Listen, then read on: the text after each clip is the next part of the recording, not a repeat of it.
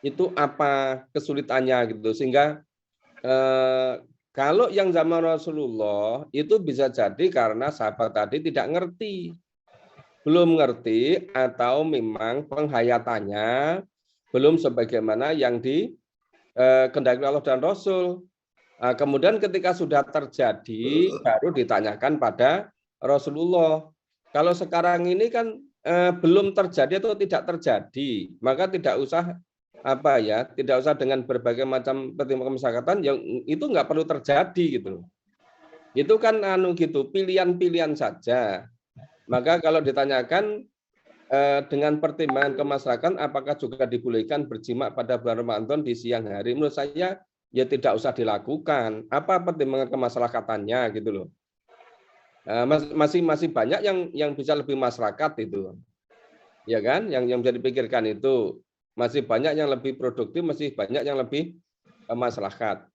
Nah, sekarang juga ini kan, ini ada Pak Rektor Pacitan ini sedang berkembang ini, misalnya mau beli gereja di Spanyol, Sementara di Pacitan sendiri sudah punya perguruan tinggi dari tahun 69 sampai sekarang belum punya kampus gitu loh. Ya, itu masyarakat yang mana misalnya? Sementara yang sudah eksis, sudah ada sejak tahun 69 itu belum punya kampus.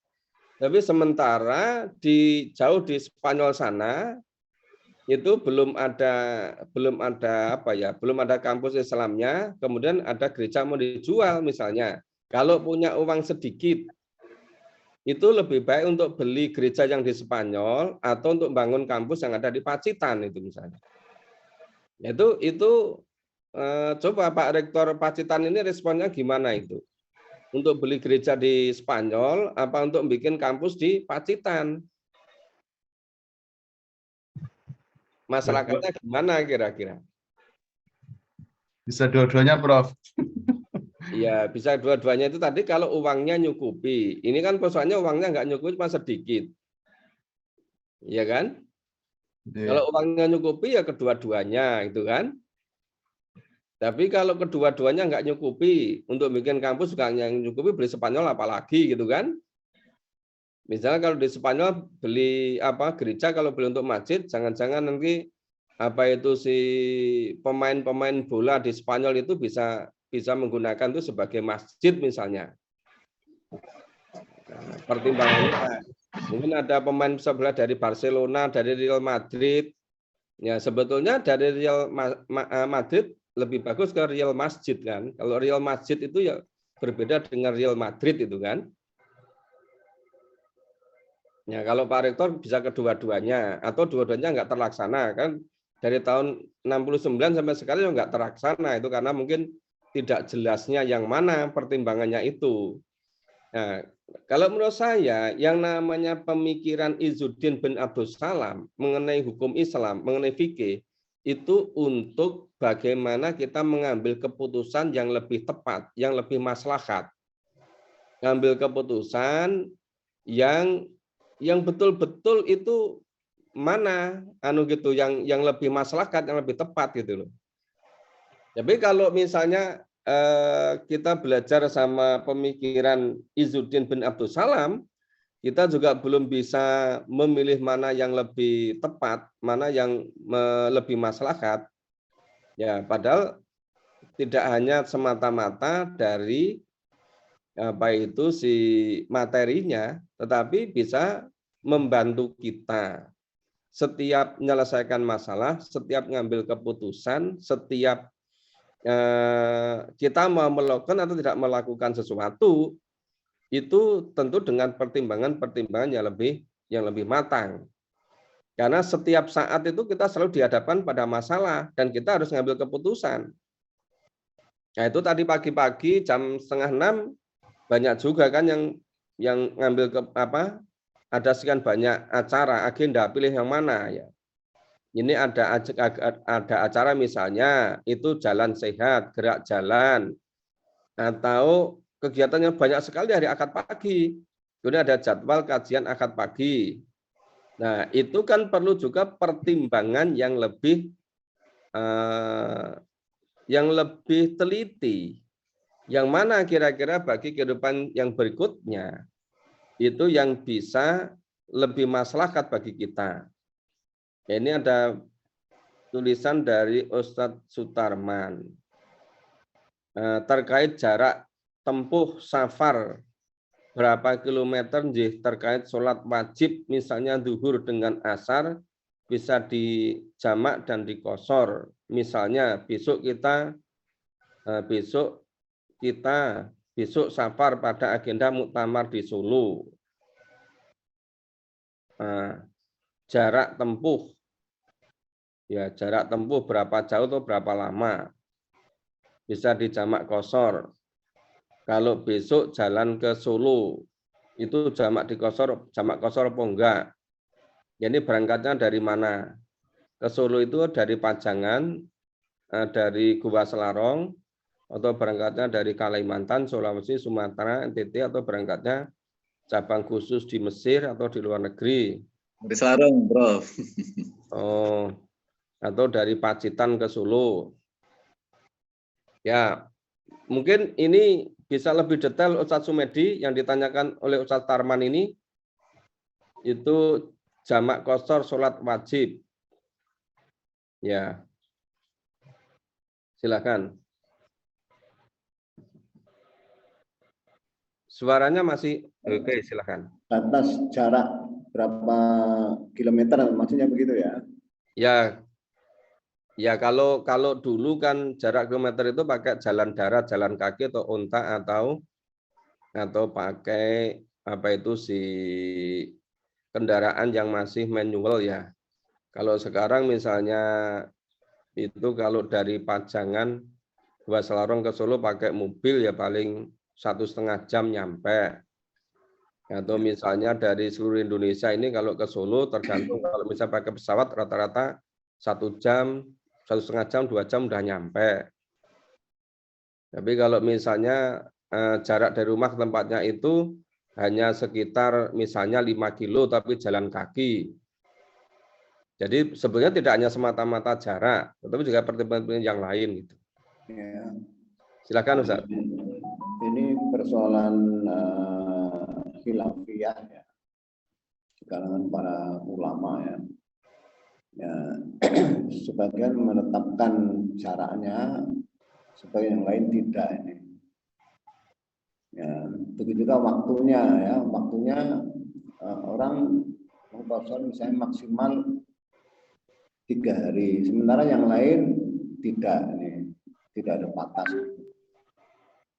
Ya karena itu masalah khilafiyah, ya silakan pilih aja antara yang menetapkan jarak dan waktu, mau ambil yang harus dengan ketetapan misalnya sekian mil atau 90 kilo misalnya atau berapa ya, karena keduanya pun masih bisa diperdebatkan ya. Karena tidak ada ketentuan dari zaman Rasulullah, misalnya tentang jarak ya, tentang jarak itu. Rasulullah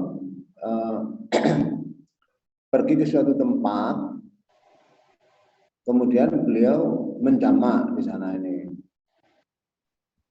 Nah, tapi menjamaknya tidak disertai dengan ungkapan siapa yang bepergian sejauh sekian meter, sekian kilometer, lalu boleh menjamak. Tidak ditulis seperti itu.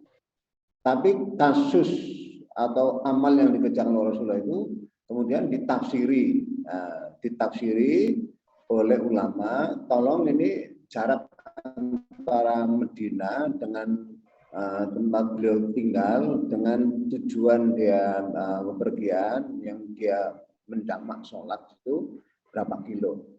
Nah, setelah diukur sekian, lalu ulama itu mengatakan siapa yang bepergian sejauh sekian kilo, lalu dia boleh menjamak. Kalau kurang dari itu tidak boleh. Nah, sebagian ulama bilang begitu. Tapi ulama yang lain seperti Ibnu Taimiyah ya, dia tidak membatasi. Ya, orang bepergian, ya asal bernama bepergian, ya dia boleh menjamak ini. Nah, karena itu persoalan khilafiyah, saya mempersilahkan kepada masing-masing di antara kalian untuk memilih mana yang disukainya. Ya contoh misalnya di kalangan Muhammadiyah ada yang mengikuti model kontemnya tanpa dibatasi oleh jarak, ya, asal sudah bernama bepergian, ya boleh dia menjamak mengqashar ini. Misalnya dari Yogyakarta, ya dia punya kegiatan di Sleman, di Kaliurang misalnya, ya mereka lalu menjamak qashar sholatnya ini. Padahal dari kota ke Sleman ya sekitar 30-an kilo. Ya, itu juga mengikuti ulama juga, ya, mengikuti ulama juga. Sebagaimana Rasulullah pernah sholat Jumat berjamaah, kemudian dihitung berapa makmumnya. Makmumnya 40. Lalu sebagian ulama mengatakan kalau kurang dari 40 maka tidak perlu sholat jamaah. Padahal Rasulullah enggak membatasi siapa yang sholat Jumat kurang dari 40, lalu tidak sah sholatnya, tidak pernah itu. Tapi odo-odo, ya, upaya ulama itu hasilnya seperti itu. Nah, kalau persoalan khilafiyah, ya kita diizinkan aja. Dasarnya ya dari la yukallifullahu nafsan illa wus'aha. Ya. Laha makasabat wa 'alaiha maktasabat. Tentu masing-masingnya didukung juga oleh hadis-hadis, ya, oleh hadis-hadis Rasulullah. Ya, dulu ada ahli hukum Islam Indonesia yang di Yayan Kalijaga, ya, Profesor Dr. TM Hasbi Astiki yang dari Aceh itu, ya. Itu selama tinggal di Jogja dia menganggap dirinya sebagai musafir. Nah, padahal ya lama dong tinggal di Jogja itu bertahun-tahun. Tapi dia menganggap dirinya sebagai musafir. Ya, itu sebagai sebuah pemahaman menggabung saja. Toh semuanya juga mengharapkan balasan dari Allah SWT. Jadi kita tidak perlu lalu merasa risih kalau kita melihat orang lain beda dengan kita ini. Justru di situ kita dilatih untuk bagaimana toleransi kita ini asli atau tidak ini, ya. Saya kira itu. Ya. Komentar saya. Makasih Ustaz Sumedi. Jadi Ustaz Sutarman itu mungkin juga dengan pertimbangan, ya mungkin Allah itu kasih rukhsah, Allah kasih keringanan. Nah, sehingga rukhsah dari Allah itu disyukuri, dinikmati, silahkan saja. Tapi mungkin kalau misalnya merasa, oh ini nggak ada masalah apa-apa, misalnya perjalanan dari satu negara ke negara yang lain, tetapi dengan pesawat juga nggak terganggu apa-apa. Misalnya dari Indonesia ke Malaysia, ke Singapura, pakai pesawat 2 jam udah nyampe, sehingga juga merasa tidak merasa berat apa-apa, tidak menggunakan rukhsah yang Allah berikan, ya boleh saja, ya silakan saja. Jadi kalau misalnya dari Gua Selarong itu kemudian ke barat Sungai Progo itu sudah lain kabupaten, yang Selarong masih masuk Bantul, yang barat Progo itu masuk ke Kulon Progo atau Wates, ya merasa perlu memanfaatkan rukhsah dari Allah mau jamak qashar, ya silahkan saja. Itu mungkin kalau dengan sekian banyak pendapat tadi, kemudian ya istafti qalbah, cobalah minta fatwa pada nuraninya sendiri. Sebetulnya itu masyarakat mana sih kalau melaksanakan atau mensyukuri menggunakan rukhsah dari Allah tadi dengan yang tidak itu. Ya, sehingga itu yang namanya pendapat-pendapat itu sebagai pilihan-pilihan. Nanti bagaimana kita melaksanakannya? Cobalah istafti kolbak. Kan kita itu dalam menggunakan pertimbangan itu pertama tentu pertimbangan dari Allah dan Rasul. Yang kedua itu pertimbangan nurani kita. Tentu yang ketiga bagaimana menurut akal sehat. Ya, dari kita itu betul-betul sudah dibekali oleh Allah luar biasa kelengkapannya. Sehingga itu sudah walaqad khalaqnal insana fi ahsani taqwim. Ya sebaik-baik penciptaan.